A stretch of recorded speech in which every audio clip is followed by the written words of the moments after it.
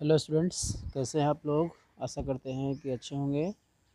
हम लोगों ने स्टार्ट किया था ग्रुप 14 एलिमेंट्स, जिसमें हम लोगों ने कार्बन के बारे जाना था और कार्बन के फिजिकल प्रॉपर्टीज़ के बारे जान लिया था। हम लोगों ने स्टार्ट किया था केमिकल प्रॉपर्टीज़ ऑफ कार्बन। उसमें सबसे पहले हम लोगों ने देख लिया था एक्शन टुवर्ड्स ऑक्सीजन, कि ऑक्सीजन के साथ रिएक्शन होता है तो क्या होता है, वो कार्बन डाइऑक्साइड भी दे सकता है और मोनोऑक्साइड भी दे सकता है, या उस ग्रुप 14 एलिमेंट्स के जो भी एलिमेंट्स है उसका वो एसिडिक ऑक्साइड या एम्फोटेरिक ऑक्साइड, ये सारे कुछ इसमें दे सकते हैं। अब देखते हैं हम लोग रिएक्शन विथ वाटर। देखिए यहाँ पे carbon, silicon and germanium are unaffected by water. Tin decomposes steam to form dioxide and dihydrogen gas. Lead is unaffected by water because of protective oxide film formation.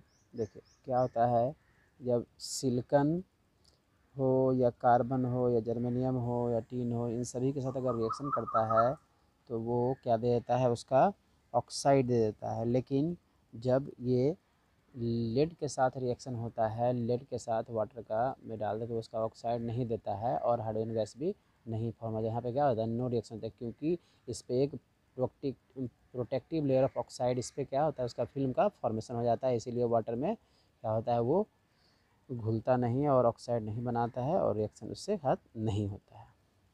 चलिए अगला देखते हैं हम लोग, reactivity towards halogens. बात करते हैं, these elements can form halides of formula mx2 and mx4 where x is equal to FCl, Br and I.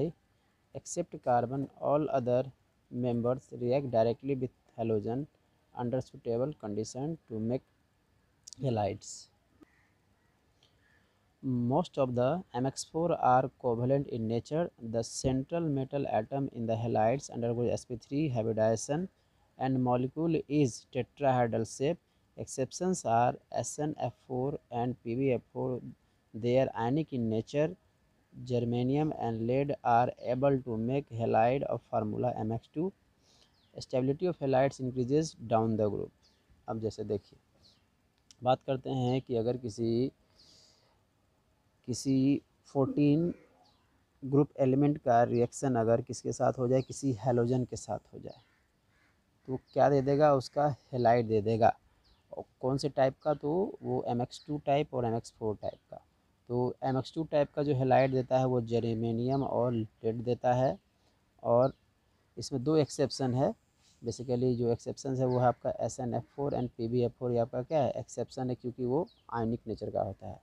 और क्या होता है कि जब इसको हम लोग क्या करते हैं, ये टेट्राहेड्रल बेसिकली होता है। सपोज अगर सिलिकॉन के साथ 4 CCl जुड़ जाए तो टेट्राहेड्रल हो जाएगा। लेकिन अगर उसको वाटर के साथ रिएक्शन कर दिया जाए तो क्या होगा कि एक एक करके OH ग्रुप उस Cl को हटाएगा, OH ग्रुप उस Cl को हटाएगा,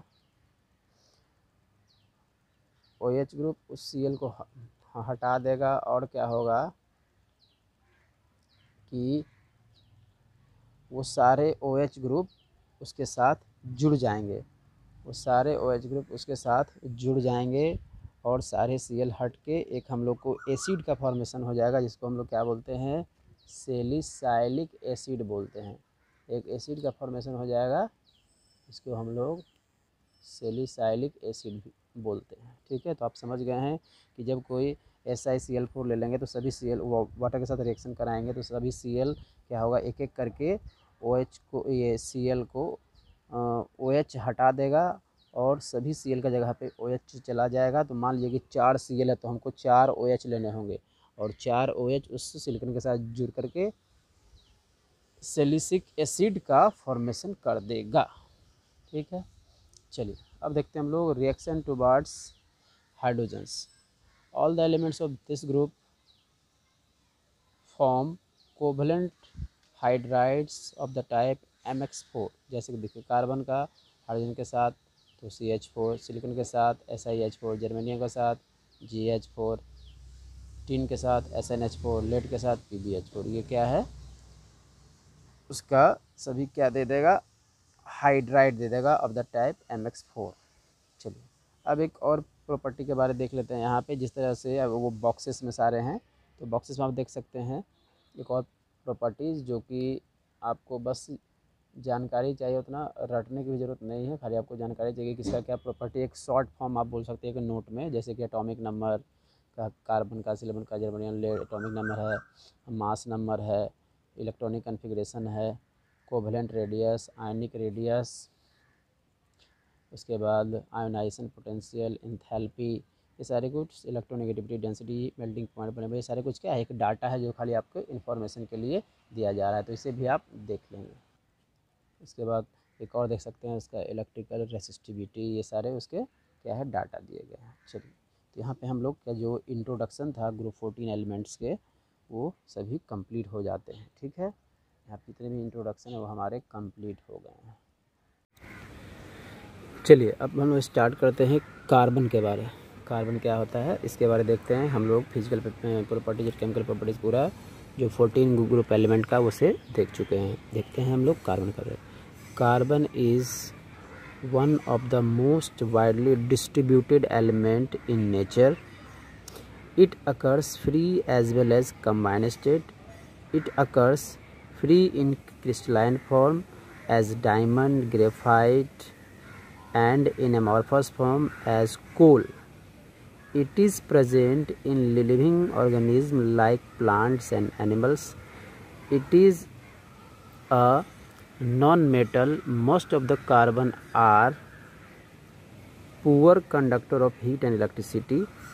Name of the carbon is derived from the Latin word carbo, which means coal. On Earth crust, it has only 0.02% of carbon. The atmosphere has 0.03% of CO2. Form of carbon is C12, C13, C14, etc. Carbon is also considered as backbone of biology. देखिए carbon को क्या कहा गया है कि जो element का widely distributed, जो नेचर का जो वाइडली डिस्ट्रीब्यूटेड एलिमेंट होता है उसे कार्बन को ही कहते हैं। ये free as well as combined state दोनों में पाया जाता है। ये आपको क्रिस्टलाइन फॉर्म में भी पाया जाता है और एमॉर्फस फॉर्म में भी पाया जाता है। क्रिस्टलाइन फॉर्म में पाया जाएगा जिसका मतलब वो डायमंड, ग्रेफाइट हो सकता है एग्जांपल के तौर पे। अगर एमॉर्फस के फॉर्म में पाया जाता है एज अ कोल। ठीक, इट इज़ प्रेजेंट कि ये लिविंग ऑर्गेनिज्म में भी पाया जा सकता है, पाया जाता है जैसे कि प्लांट्स एंड एनिमल्स। क्या होता है ये, क्या है, एक नॉन मेटल है। Most of the carbon are poor conductor, जितने ज़्यादातर कार्बन जो होते हैं वो पुअर कंडक्टर होते हैं हीट एंड इलेक्ट्रिसिटी के। अब जो कार्बन आया, name of the carbon is derived from a Latin word कार्बो। ये जो लैटिन वर्ड से बन के आया है कार्बन, जिसका मीन्स मतलब होता है कोल। अर्थ क्रस्ट पे 0.02% ऑफ कार्बन पाया जाता है और एटमॉस्फेयर में 0.03% कार्बन डाइऑक्साइड के फॉर्म में पाया जाता है। In the form of carbon is C12, C13, 14, etc. Carbon is also considered as backbone of biology. इसको बायोलॉजी का बैकबोन भी कहा जाता है। चलिए अब हम लोग देखते हैं इसके आगे में क्या होगा, यूनिक कैरेक्टर। यहाँ पे क्या लिखा है आपका, यूनिक कैरेक्टर। इसके और क्या क्या कैरेक्टर हो सकते हैं। कार्बन है smallest atomic radius and lowest atomic volume among all elements of group 14. It is most compact. It is the hardest and have highest melting point and boiling point among all elements of group 14. हम देख सकते हैं it has the high ionization energy and most electronegative fourth group element. Its maximum covalency is 4 (bracket में absence of d orbital). As d electron are absent in the valence shell, it can form multiple bond. As a result, carbon atoms has a large number of organic compound. देखिए इसका जो unique properties है उसमें आपको बताया गया है कि कार्बन क्या होता है, इसका जो एटॉमिक रेडियस होता है वो क्या होता है स्मॉलेस्ट होता है और लोएस्ट एटॉमिक वॉल्यूम भी होता है ग्रुप 14 एलिमेंट्स में। ठीक, अब ये बहुत ही कॉम्पैक्ट होता है। कॉम्पैक्ट का मतलब क्या, इसका जो वॉल्यूम बहुत कम होता है, कोई भी जैसे कि डायमंड टाइप का आप समझ सकते हैं, एकदम कॉम्पैक्ट स्ट्रक्चर। ठीक है, तो इसमें देख सकते हैं कि ये क्या होता है, हार्ड होता है, हार्डेस्ट होता है और हाईएस्ट इसका मेल्टिंग पॉइंट, बॉइलिंग पॉइंट होता है, क्योंकि क्या होता है, ये इसका कॉम्पैक्ट स्ट्रक्चर होता है। अब यहाँ कार्बन का मतलब आप समझ जाए कि सिर्फ कार्बन नहीं, इसके कंपाउंड्स या एलोट्रॉप के बारे में कहा जा रहा है, क्योंकि वो उसी का कैरेक्टर शो करता है। ठीक, ये मैक्सिमम कोवैलेंसी 4 शो कर सकता है। इसमें डी ऑर्बिटल एब्सेंस होते हैं, इसमें कैटेनेशन प्रॉपर्टी होता है, और ये मल्टीपल बॉन्ड का फॉर्मेशन कर सकता है, इसलिए इसमें बहुत सारे ऑर्गेनिक कंपाउंड भी होते हैं। Allotropic forms of carbon.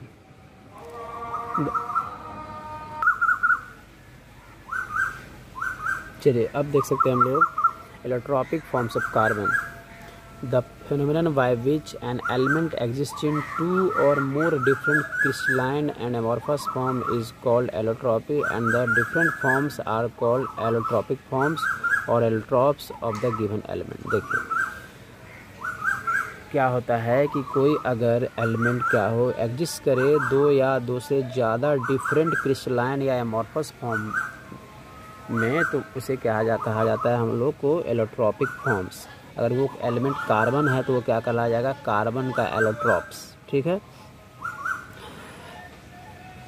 Different allotropic forms of an element have different physical properties but similar chemical properties. जितने भी हमारे पास एलोट्रॉप्स हैं, सबका क्या होगा, फिजिकल प्रॉपर्टीज अलग होगा, लेकिन केमिकल प्रॉपर्टीज क्या होगा, सेम होगा। तो वही क्या कहलाता है, आपका एलोट्रॉप्स कहलाता है। ठीक, अब देखिए काउज ऑफ एलोट्रॉप। कारण क्या है कि एलोट्रॉप बनता है। ठीक, this phenomenon of allotropy arises due to the following reason.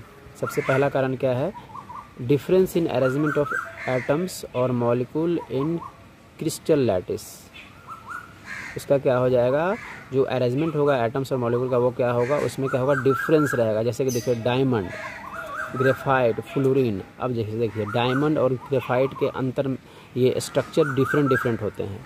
जैसे कि डायमंड क्या होता है, कॉम्पैक्ट स्ट्रक्चर होता है, ग्रेफाइट लेयर स्ट्रक्चर होता है।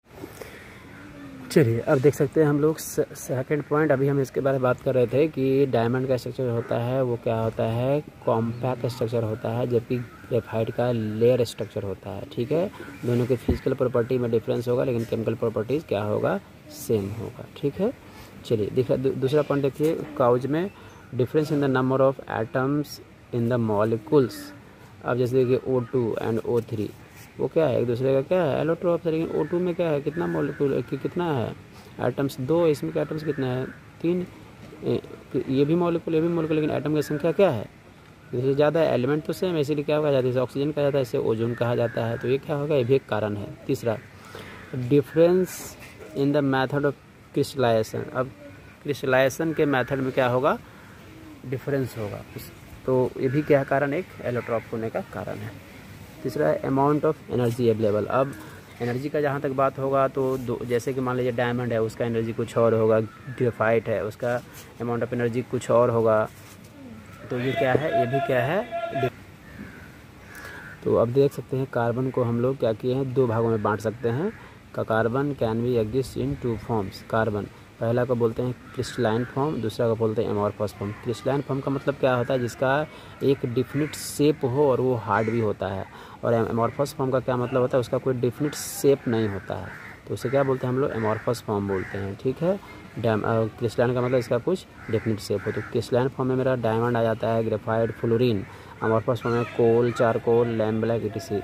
ये सारे कुछ हम लोगों को पढ़ने हैं। नेक्स्ट वीडियो में हम लोग आएंगे तो देखेंगे डायमंड क्या होता है, ग्रेफाइट क्या होता है, फ्लोरीन क्या होता है, कोल क्या होता है, चारकोल क्या होता है, लैम्प ब्लैक क्या होता है, ये सारे कुछ देखेंगे। तो हम लोग का एलोट्रॉप्स कार्बन का हम लोग का कंप्लीट हो जाएगा। आज के लिए इतना ही, थैंक यू।